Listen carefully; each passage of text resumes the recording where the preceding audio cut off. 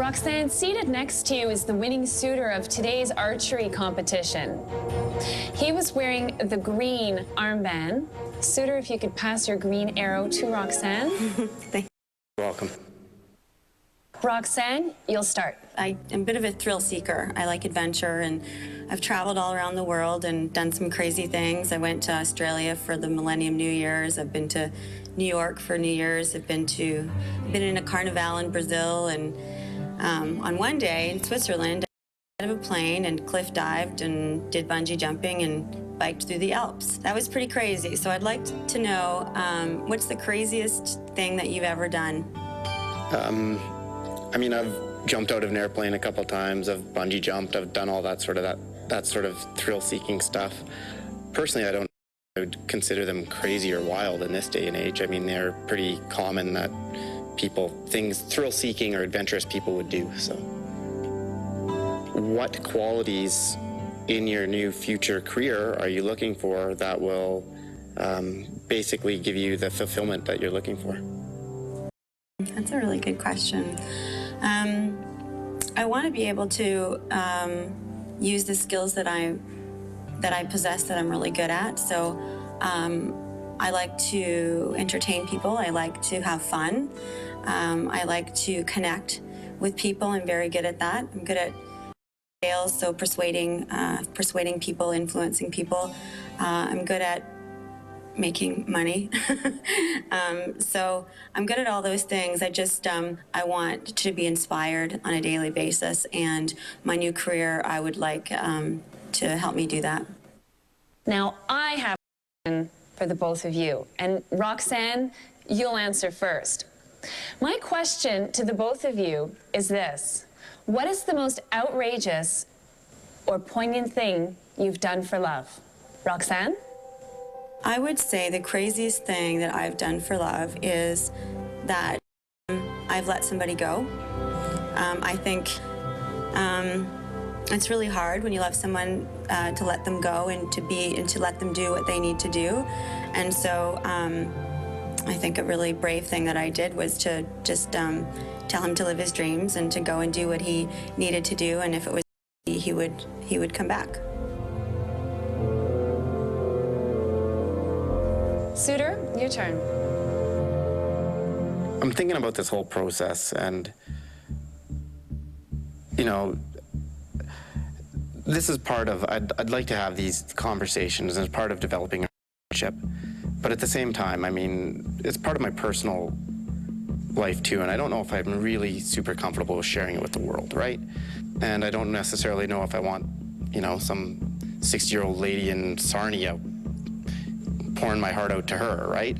So it's a fine balance. I appreciate Roxanne's answer, I really do. But, you know, the spur of the moment, we're kind of asked to say our deepest thoughts and secrets. And at some point, I mean, I don't want to give too deeply of myself because I don't think this is the proper form to do that.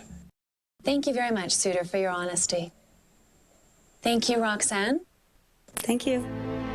When I sat down, I knew right away that it was Browning, and I could tell by his voice that I had spoken to him the first time.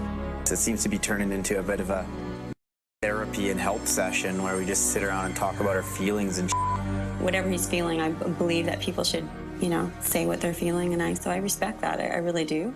I like people who step out of the box, and I think he does that. I'm just gonna act myself, be natural, and do what I want to do when I want to do it.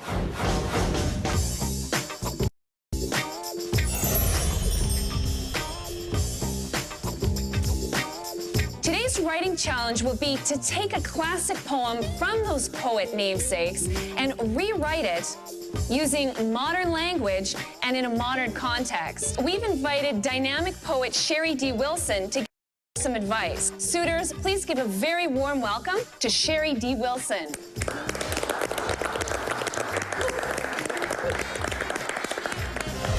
Sherry D. Wilson is an award-winning poet known for her witty wordplay and her jazzy performance style. Bodacious Bard is also artistic director of the Calgary International Spoken Word Festival. Over this poetry, because poetry can turn your head around, and you will be able to turn her head around by the things that you say and how you say them to her. Now, you all have a poem that is of your namesake. The first thing we're going to do is we're going to read those poems aloud, and then we will talk about not the meaning of the poem, because I'm less interested in the meaning, more the broad stroke. What is it about? Long afterward in an oak, I found the arrow, still unbroke, and the song from beginning to end, I found again in the heart of a friend.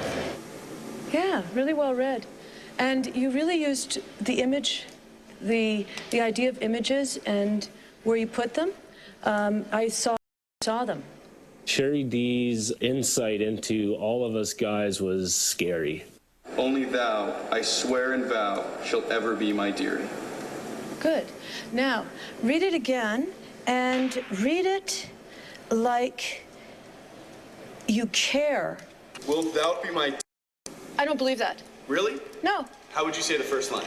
Give me, like... Say it like you're saying it to someone that you care about, that you But it's actually... in a language that I'm not familiar with, so I'm trying to... Say the line then without his language. Okay. Will you be my friend? Say it again. Will you be my friend? Imagine the person. Okay. Will you be my friend? Imagine the person again. Will you be my friend? Will you be my friend? Okay, there's real. Solo. Okay, I just saw real on you.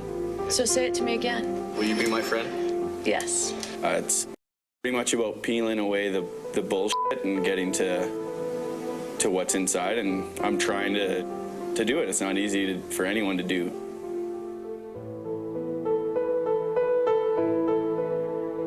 Sherry D was awesome. She's very in touch with that would be inside of you, everything from feelings to romance to sexuality. I actually found it quite sexy. Kind of tired of all this talk about emotion. I mean, I've been open all day. I've been saying my mind today. If there's any day on this show, I think that one has been saying what's really on their mind. It's me today, because just don't care. I have prepared a poem for the writing assignment, but quite frankly, it's horrible, so I'm not going to read it.